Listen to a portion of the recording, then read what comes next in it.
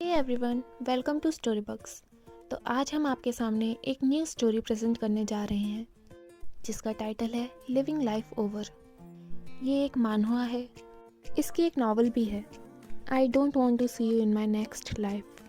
अगर आपको ये पढ़ना है तो आप गूगल पे से फाइंड कर सकते हैं। तो चलिए इंट्रो देख लेते हैं। हमारा पहला कैरेक्टर जियालिन। जियालिन एक ऐसा कैरेक्टर है जिसने अपनी पूरी ज़िंदगी अपने लवर को खुश करने में ही बिता दी। वो अपनी पूरी ज़िंदगी खुद के बारे में कभी सोच ही नहीं पाया। अपने लवर सोंगयान को देखना ही उसके लिए सबसे बड़ी खुशी थी। जियालिन की किसी वजह से डेथ होने के बाद वो अपनी 10 साल पहले वाली ज़िंदगी में रीइंकार्नेट हो जाता है और वो सोचता है कि अब वो अपनी और अपनी फैमिली पर ध्यान देगा और सोंगयान को भुला देगा। हमारा दूसरा कैरेक्टर सोंगयान, जो कि जियालिन का बचपन का दोस्त है। वो हमेशा से ही एक लड़के यू लुओतोंग से प्यार करता आ रहा है, मगर जियालिन के मरने के बाद उसे एहसास होता है कि उसका सच्चा प्यार हमेशा से ही जियालिन ही था।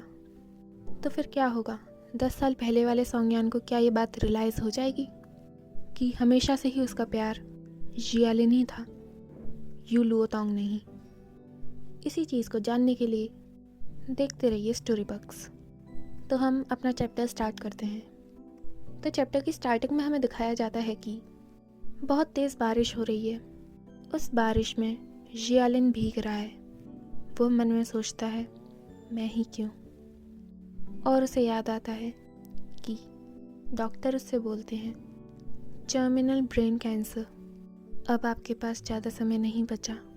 आप अपनी ज़िंदगी में जो भी करना चाहते थे आप अभी कर लीजिए, ताकि आगे जाके आपको कोई पछतावा ना हो। आपकी बॉडी अभी ऑपरेशन को नहीं झेल सकती। So sorry. जियालिन मन में सोचता है, मुझे मरने से डर नहीं लगता, मगर सोंगयान, अगर मैं चला गया तो उसका ख्याल कौन रखेगा? और वो घर आ जाता है। घर आते वक्त वो कुछ एप्पल्स भी लेकर आता है। शेड्यूल के अकॉर्डिंग देखा जाए तो ये सोंगयान का तीसरा दिन है बिजनेस ट्रिप का। अभी 2 दिन और बचे हैं उसके वापस आने में। अगर मैं घर चला भी गया तो वो मुझे नहीं मिलेगा हक करने को। और वो दरवाज़ा खोलता है। सामने और कोई नहीं, सोंगयान था। जियालिन उसे देखकर बहुत खुश हो जाता है। सोंगयान, तुम इतनी जल्दी क्यों आ गए? पर सोंगयान बहुत गुस्से में था और वो स्मोकिंग कर रहा था। जियालिन, तुमने तो स्मोकिंग करना छोड़ दिया था ना, अब वापस करने लग गए, क्या हो गया? काम सही से नहीं चल रहा क्या? सोंगयान तभी उसके पास आता है और उसका हाथ पकड़ लेता है और वो चिल्लाता है, सोचो मैं आज किससे मिला हूँगा? जियालिन, किससे? सोंगयान, यू लुओतोंग। जियालिन, लुओतोंग? वो वापस आ गया? तभी सोंगयान उससे छोड़ता है। यानी कि तुम्हें पहले से ही पता था। तुम्हें पहले से ही पता था कि वो अब्रॉड चला गया था, मगर तुमने शुरू से ही मुझे धोखे में रखा। तुमने मुझसे झूठ क्यों बोला कि लुओतोंग मर चुका है? जियालिन, मैं ऐसा नहीं करना चाहता था, बात ऐसी है कि... तभी सोंगयान उस पर हाथ उठा देता है। शट अप, तुम बस चाहते थे कि वो जल्दी मर जाए, है ना? जियालिन कुर्सी पर जाकर गिरता है। क्या तुम मेरी बात सुनोगे? सोंगयान उसके पास आकर बोलता है, तुम्हें लगता है कि मैं अब भी इतना बेवकूफ़ होऊंगा कि तुम्हारी सुनूं? और वो जियालिन के फेस को टच करता है।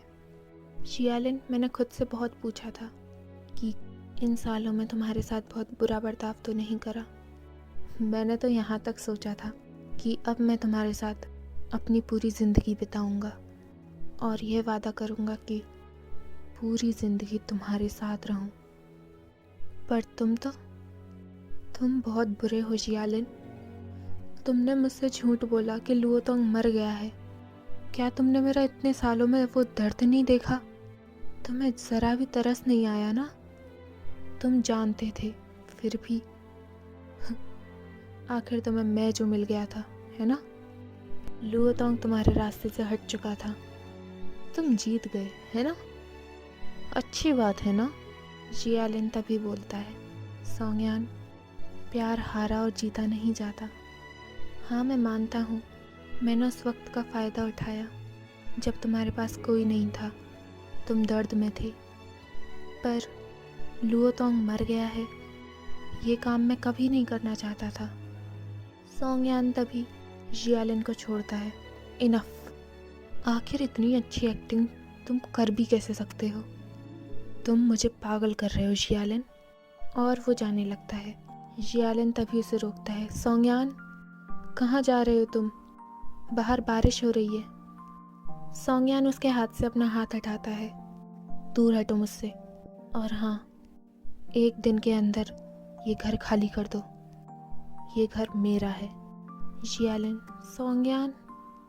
तभी सोंगयान उसे टोकता है, अब मैं तुम्हारी शक्ल कभी नहीं देखना चाहता।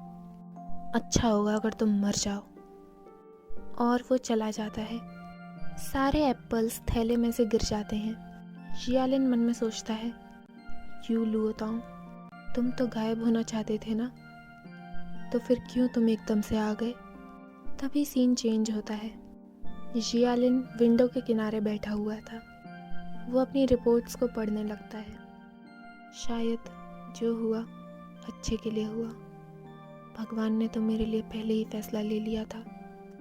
और वो इस रिपोर्ट को डस्टबिन में डाल देता है और पूरा घर साफ करने लगता है और कुछ स्टिकी नोट्स छोड़ जाता है जिससे सोंगयान को कुछ ढूंढने में दिक्कत ना आए।